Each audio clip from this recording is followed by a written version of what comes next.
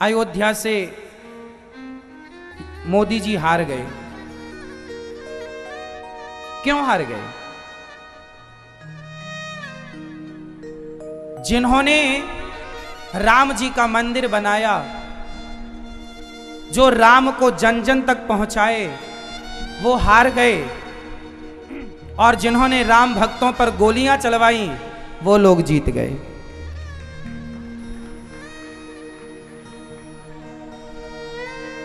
जिन्होंने भगवत गीता को पूरी दुनिया में जाके, मोदी जी जहां भी जाते हैं तो उस देश के प्रधानमंत्री या राष्ट्रपति को भगवत गीता गिफ्ट करते हैं, दुनिया तक भगवत गीता पहुंचाने वाले मोदी हार गए। और राम पर उंगलियां खड़ी करने वाले, राम को काल्पनिक कहने वाले लोग अयोध्या में जीत गए।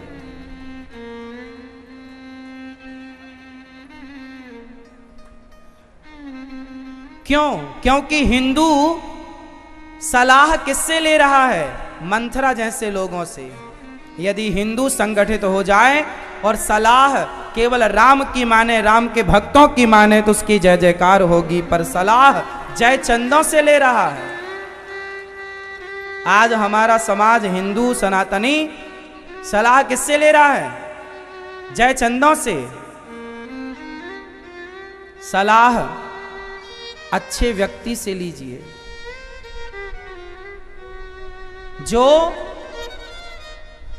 जो देश के लिए कार्य करने वाले लोग हैं, उनका सपोर्ट आप सनातनी नहीं करेंगे तो कौन करेगा?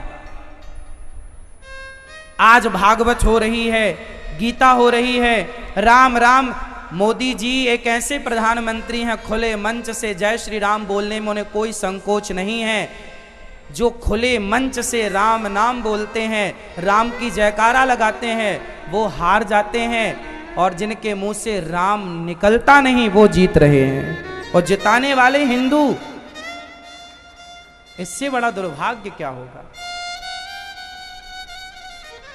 संगठन की कितनी बड़ी कमी है। हिंदुओं की एकता यदि शुरू में भी होती तो 700 वर्षों तक ये भारत गुलाम क्यों होता? 500 वर्ष मुगलों की गुलामी, 200 वर्ष अंग्रेजों की गुलामी। कैकई सलाह किससे ले रही है? मंथरा से। आज का कुछ हिंदू, कुछ सनातनी, इनके सलाहकार कौन बन गए? जयचंद। जयचंदों की सलाह लेंगे तो परिणाम अच्छे कैसे आएंगे? अयोध्या की आम जनता का पूरा कर्तव्य था कि जिन्होंने राम के इस मंदिर को बनाकर दुनिया तक राम की जय जयकार की गूंज लगवाई, वो राम भक्तों का तो समर्थन करते।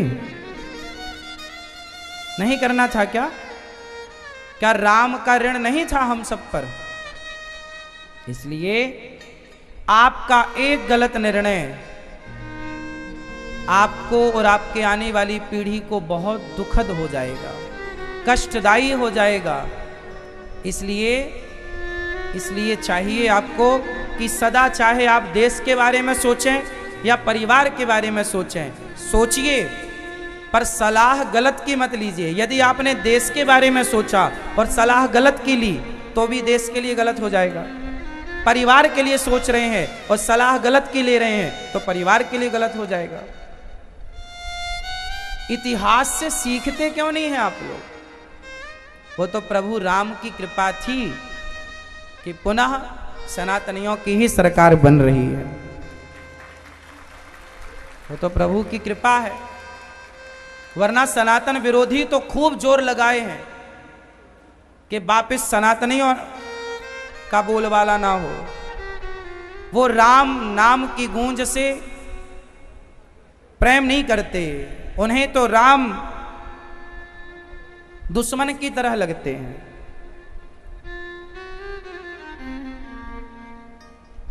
वो तो अच्छा है कि अब आप लोग अपने अपने घर में कीर्तन कर लेते हो, राम राम का नारा लगा लेते हो, जय श्री राम बोल लेते हो, हाथ जोड़ के राम राम कह लेते हो। आने वाले समय में यदि सनातनी संगठित नहीं हुए तो राम राम का कीर्तन कहीं सुनाई ना पड़ेगा। इसलिए आपको सनातनियों को एक संगठन में संगठित रहना चाहिए। अब आप बताइए कि भारत में जब से वर्तमान प्रधानमंत्री जी, उसके पहले किसी प्रधानमंत्री ने क्या भगवत गीता दुनिया तक पहुंचाई? नहीं। तो जो भगवत गीता को, जो भगवान कृष्ण के 700 श्लोक हैं, पूरी दुनिया में सबसे ज्यादा पढ़ी जाने वाली पुस्तक भगवत गीता है। इस संसार में ऐसी कोई भाषा नहीं है जिस भाषा में गीता को ट्रांसलेट ना किया गया हो। और भगवत गीता का सबसे पॉपुलर एक श्लोक है जो सबको रटा है, कर्मण्येवाधिकारस्ते मा फलेषु कदाचन। इसका अर्थ पूरी भगवत गीता में, इस श्लोक का अर्थ पूरी दुनिया को प्रेरित करता है कि तू कर्म कर। भगवान कृष्ण क्या कहते हैं? कर्म कर तू अपना, मैं फल देने बैठा हूं, तू कर्म खूब कर। कर्म की सबसे श्रेष्ठ प्रेरणा यदि हमें मिलती है तो भगवत गीता से। कर्म कर। आज के बच्चे जो खटिया तोड़ रहे हैं, ये गीता पढ़ते ना तो खटिया ना तोड़ते, कर्म करते, क्योंकि गीता कह रही है कर्मण्येवाधिकार, तू कर्म कर। बात समझ में आ रही है कि ऊपर ऊपर जा रहा है? बताइए, हम हिंदुओं की सबसे उत्तम पूज्य पुस्तक कौन सी है? जोर से। हम सनातनियों की सबसे पूज्य पुस्तक कौन सी है? भगवत गीता।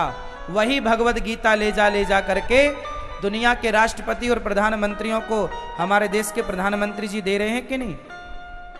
तो ये भारत का सम्मान कर रहे हैं कि अपमान कर रहे हैं? जोर से। ये सनातनियों का सम्मान है कि अपमान? तो जो आपको सम्मान दे रहा है, जो देश को सम्मानित करा रहा है दुनिया से, जो भारत की भगवत गीता को जन जन तक पहुंचा रहा है, जो भारतीयता का प्रचार कर रहा है, भारत के संस्कारों का प्रचार कर रहा है, उसको बनाए रखने की जिम्मेदारी हम आम जनता की है, नहीं है? है या नहीं? इसके पहले किसने गीता दी भाई? बताओ नाम, हम उसका भी नाम ले लें। इसलिए नाराजगी इतनी भी ना हो कि आपकी नाराजगी से, देखो, एक जंगल में 2 शेर थे। एक जंगल में 2 शेर थे। एक शेर था जवान, एक शेर था बूढ़ा। तो जवान और बूढ़ा शेर जो था, दोनों साथ में रहा करते थे। किसी तीसरे ने फूट डाल दी और दोनों शेर अलग अलग हो गए। तो जो बूढ़ा था वो तो बेचारा, जवान लाया करता था मांस शिकार करके और बूढ़ा खाया करता था। तो बूढ़ा अलग हो गया, वो बेचारा दौड़ तो सकता नहीं था ज्यादा और शिकार नहीं करता, तो भूखों मर रहा था। तो एक दिन क्या है, कुत्तों को लगा कि चलो ये बुढ़े शेर को अपनी मार डालते हैं और खा लेते हैं। तो सारे कुत्तों ने घेर लिया। और जब कुत्तों ने घेरा शेर को किसने घेरा? कुत्तों ने घेर लिया, क्योंकि शेर बूढ़ा हो गया था। तो कुत्तों ने घेर लिया। और जब कुत्तों ने घेर लिया तो उसका जवान मित्र दौड़ा दौड़ा आया और उसने हुंकार भरी, सारे कुत्ते भाग गए। तो किसी कुत्ते ने कहा कि भाई तुम्हारी तो इससे शत्रुता थी, ये तुम इसकी मदद क्यों कर रहे हो? तब उस जवान शेर ने कहा कि आपस में हम इतना भी, हाँ माना कि आपस में हम एक दूसरे की बात से सहमत नहीं है, हल्का फुल्का चलता है, लेकिन हम आपस में इतने ना उलझ जाएं कि हमारे लड़ाई, हमारे झगड़े का फायदा ये कुत्ते उठाने लग जाएं।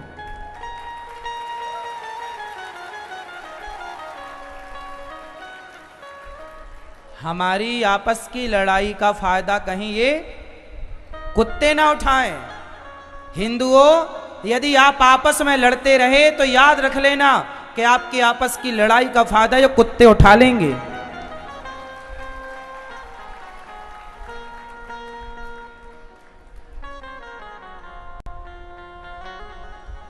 शेर बूढ़ा हो गया है तो हम सब सपोर्ट करें, साथ ना छोड़ें, वरना चारों तरफ से कुत्ते लगे हैं।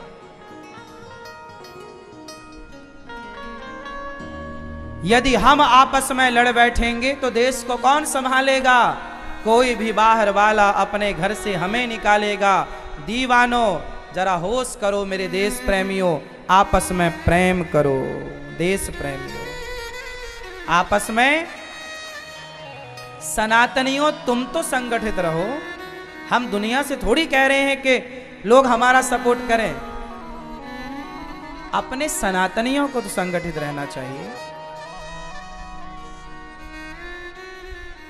सनातनियों को संगठित रहना चाहिए। कितने लोग मेरी बात से सहमत हैं कि सनातनी संगठित रहें? जाति हमारे देश में एक बहुत बड़ी बीमारी लगी है, दीमक की तरह। जातिवाद घुसा पड़ा है। ये मेरी जाति का, जात मर जाओगे ऐसे में, मिट जाओगे ऐसे में। मुगलों ने क्या षड्यंत्र खेला? अंग्रेजों ने एक राजा को दूसरे राजा से लड़ाया, और जब लड़ाया तो दो में से एक तो जीतेगा, तो एक को तो उसने ही हरा दिया, जीत लिया। और जब वो जीता तो अंग्रेज ने उसे मार के उसकी सत्ता, अब अंग्रेजों के पास दोनों की सत्ता आ गई। बात समझ में आई? एक राजा से दूसरे को लड़ाया, तो दो लड़े, दो में से जीतेगा तो एक जीता, और फिर जो जीता उसे अंग्रेजों ने मार दिया। तो अब बताओ, दो सत्ता अंग्रेजों के पास आ गई। ऐसे ऐसे अंग्रेजों ने भारत को गुलाम कर लिया। आपस में लड़ाई, मैं ब्राह्मण, मैं क्षत्रिय, मैं वैश्य, मैं शूद्र। मैं आपको कहा करता हूं, ये समझदारी नहीं है आपकी। मैं कौन हूं? मैं ये ना कहूं कि मैं ब्राह्मण हूं, मैं ये ना कहूं कि मैं क्षत्रिय हूं, मैं ये ना कहूं कि मैं वैश्य हूं, मैं ये ना कहूं कि मैं शूद्र हूं। बस मैं ये कहूं कि मैं सनातनी हूं, हिंदू हूं। केवल एक परिचय हो, हम सनातनी हैं। जातवाद में लड़ोगे मर जाओगे। हम 4 भाई हैं। दुर्गा मां के कितने हाथ हैं? 2, जोर से। दुर्गा मां के कितने हाथ हैं? जोर से 8। दुर्गा मां के कितने हाथ हैं? 8। कितने हाथ? 8।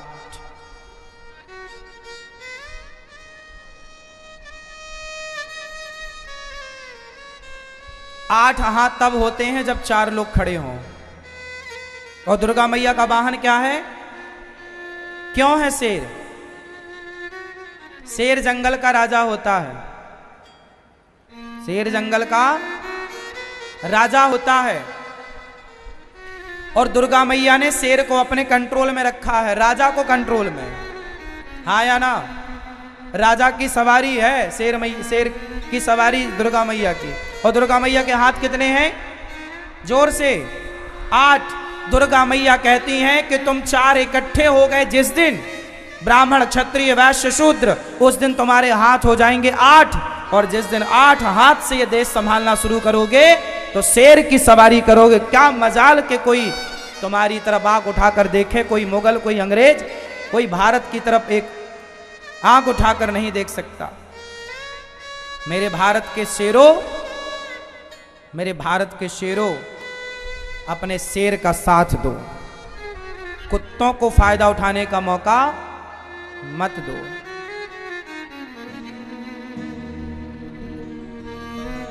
सनातनी पहली बार आजाद हिंदुस्तान में इस तरह से सनातनी अपनी खुली बात कह सकते हैं, वरना कहां कहने की इजाजत थी। दुर्गा मैया के 8 हाथ क्या इशारा कर रहे हैं? हम चारों संगठित रहें। आप ब्राह्मण हैं, क्षत्रिय हैं, वैश्य, शूद्र। अच्छा बताओ, ब्राह्मण के पिता कौन? जोर से उत्तर दो। ब्राह्मण भगवान के मुख से प्रकट हुआ है। क्षत्रिय भगवान की कहां से? भुजाओं से। भगवान नारायण के भगवान से, भगवान के जंघा से, वैश्य जन्म लेता है और भगवान के चरण से शूद्र का जन्म हुआ। अब बताओ, चारों के पिता एक हैं या चार हैं? चारों के ब्राह्मण के पिता भगवान हैं, तो क्षत्रिय वैश्य शूद्र के भी भगवान ही पिता हैं। भगवान ब्राह्मणोस्य मुखमासीद बाहु राजन्यः कृतः ऊरु तदस्य जद वैश्यः पदभ्यांगुं शूद्रो अजायत। ब्राह्मण कौन? भगवान का पुत्र। क्षत्रिय कौन? भगवान का पुत्र। वैश्य कौन? भगवान का पुत्र। शूद्र कौन? भगवान का पुत्र। हम चारों एक बाप की, एक पिता की संतान है, इसलिए चारों को मिलजुल के प्रेम से भाई की तरह रहना चाहिए। तुम चारों भाई हो और पांचवे को अपना भाई मत मान लेना। तुमने भाई मान के ही तो गलती कर दी। पांचवा कोई भाई नहीं है। भाई वो हो सकता है, चलो बताओ, गाय हमारी कौन? जोर से, गाय हमारी बताओ। ब्राह्मण गाय को माता कहता है या नहीं? हाँ या ना? क्षत्रिय गाय को माता कहता है कि नहीं? वैश्य गाय को माता कहता है कि नहीं? शूद्र गाय को माता कहता है कि नहीं? जो गाय को माता कहते हैं बस वो हमारे भाई हैं। जो गाय को मार के खाते हैं वो हमारे भाई, वो हमारे भाई हो सकते हैं जो गाय को माता कहते हैं। भाई भाई तो वही होगा ना जो हमारी विचारधारा से मिलता हो। भाई तुम गाय को माता कहते हो, हम भी गाय को माता कहते हैं, हम तुम भाई भाई। अब हम गाय को माता कहें और तुम गाय को खा जाओ और फिर भी हम तुम्हें अपना भाई कहें, कैसे होगा? बात समझ में आई? इसलिए चार भाई कहा गया, ब्राह्मण क्षत्रिय वैश्य शूद्र, क्योंकि ये चारों की विचारधारा एक है। ब्राह्मण के भगवान राम, क्षत्रिय के भगवान, बताओ क्षत्रिय किसे अपना भगवान मानते हैं? सबके भगवान राम। हम सबके भगवान कितने हैं? बोलो। सबके भगवान एक, भगवान नारायण, वही राम, वही कृष्ण। ब्राह्मण हो, क्षत्रिय हो, वैश्य हो, शूद्र हो, चारों के भगवान एक। एक भगवान हम मानते हैं और जहां चारों एक को मान रहे हैं इसलिए हम भाई भाई हैं, क्योंकि हम राम को मानते हैं, हम कृष्ण को मानते हैं। जो राम को नहीं माने, जो कृष्ण को नहीं माने, भाई वो हमारे भाई कैसे हो? भाई सब थोड़ी हो सकते हैं। सब कैसे भाई हो जाएंगे? जो आपकी बहन बेटियों की इज्जत लूटेगा उसे भी आप भाई कहोगे क्या? बोलो। जो आपकी गाय को मार के खा जाएगा उसे भी भाई कह दोगे क्या? जो आपके हिंदुओं को बरगला बरगला करके धर्म परिवर्तन करा रहे हैं, कितने गांव हिंदुओं के धर्म परिवर्तन हो गए और अन्य धर्मों में चले गए, अन्य मजहब पंथों में चले गए, क्या वो भी आपके भाई हैं जो दिन रात हिंदुओं को बरगला करके, भड़का करके और दूसरे मजहब पंथों में ले जा रहे हैं? क्या वो भी आपके भाई हो गए? सबको भाई मत कह देना। वो भाई हमारे हैं जो राम को अपना आदर्श मानते हैं, वो हमारे भाई हैं। जो कृष्ण को अपना आदर्श मानते हैं वो हमारे भाई हैं। जो गाय को माता मानते हैं वो हमारे भाई हैं। जो भारत को माता कहते हैं वो हमारे भाई हैं। जो भारत को माता ना कहें, जो वंदे मातरम ना कहें, वो कैसे भाई हो जाएंगे? इसलिए अपनों को पहचानो, जयचंदों को ना तुम अपना कहने लग जाओ। जो गंगा को माता कहते हैं, जो यमुना को माता कहते हैं, वो तुम्हारे भाई हैं। जो गंगा को माता नहीं, नदी कहते हैं, वो हमारे भाई कैसे हो सकते हैं? क्यों जी? नर्मदा कौन है? बोलो। माता है? कोई नदी कहे नहीं, ये तो नदी है भाई। जो नर्मदा को माता कहते हैं, गंगा को, सरयू को, सरस्वती को माता कहते हैं, वो ना हमारे भाई हैं। भाई विचारधारा तो मिले।